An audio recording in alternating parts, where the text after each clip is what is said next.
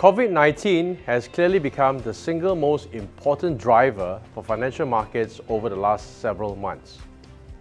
G3 countries have deployed 30 trillion of monetary and fiscal stimulus into their respective economies. This is bigger than the 2008 financial crisis. Hence, economic data is beginning to reflect the healing effects of the massive stimulus and reopening of economies. While there is a risk of COVID-19 deteriorating in some countries, we see the risk of a second wave moderating for now, as governments, particularly in Asia, remain vigilant. In a time of uncertainty, we advocate clients to remain invested rather than trying to jump in and out of the market. Investors that missed out the March rally can implement phasing in strategy through a dollar cost averaging. We remain positive for Asian equities for the third quarter. There's a lot of cash on the sidelines. Quantitative easing by major central banks is boosting confidence. Economic data is showing improvement across most countries, and PMIs are likely to accelerate in second half 2020. Specifically, consumption indicators in China are showing a strong recovery despite the absence of dramatic stimulus. The risks to this view are the following. Number one, the number of new COVID-19 cases started to rise again in the US and some emerging markets, and this may affect the pace of the economic recovery. Number two, the US-China conflict may pick up again as the US presidential elections in November gets closer.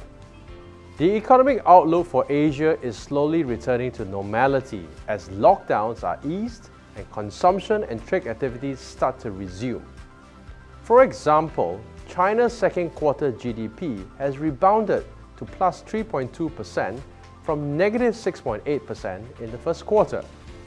PMI numbers in China have held up very well, above 50 over 6 since April in both the manufacturing and the services sector, suggesting a broadening of the economy beyond exports.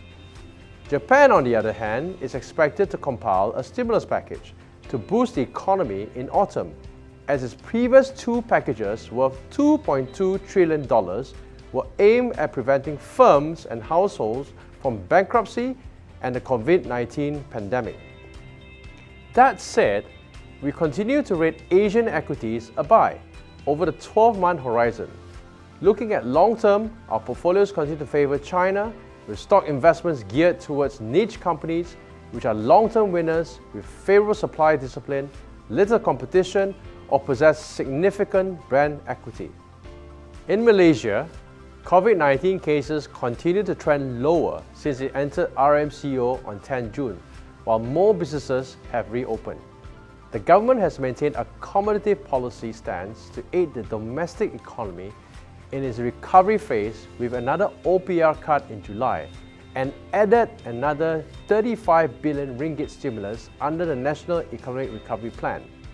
We see signs of recovery in Indonesia, with its currency recovering from first quarter to be the best performing currency recently. This is due to its high interest rates, low overall country indebtedness, and young demographic composition that has great economic potential. Thailand is managing the crisis relatively well, with the government introducing several incentives to drive domestic tourism. The government is taking a small step to open its doors for limited numbers of foreign visitors with a special purpose. That said, we rate ASEAN equity a buy, as economic data in the coming months is expected to recover. In conclusion, we believe that a disciplined, diversified and far-sighted approach to investing remains the best way to grow capital over the long term. We continue to prefer equities over fixed income as policymakers are likely to pause announcing new measures. This is to allow them to assess the impact of the policies implemented earlier. We are positive on Asian equities, favouring China and more developed Asian economies on a 12-month basis. We have added ASEAN names in anticipation of a broader market recovery going forward. For conservative clients, we will recommend Malaysia-focused bond funds and balanced funds that are income-focused.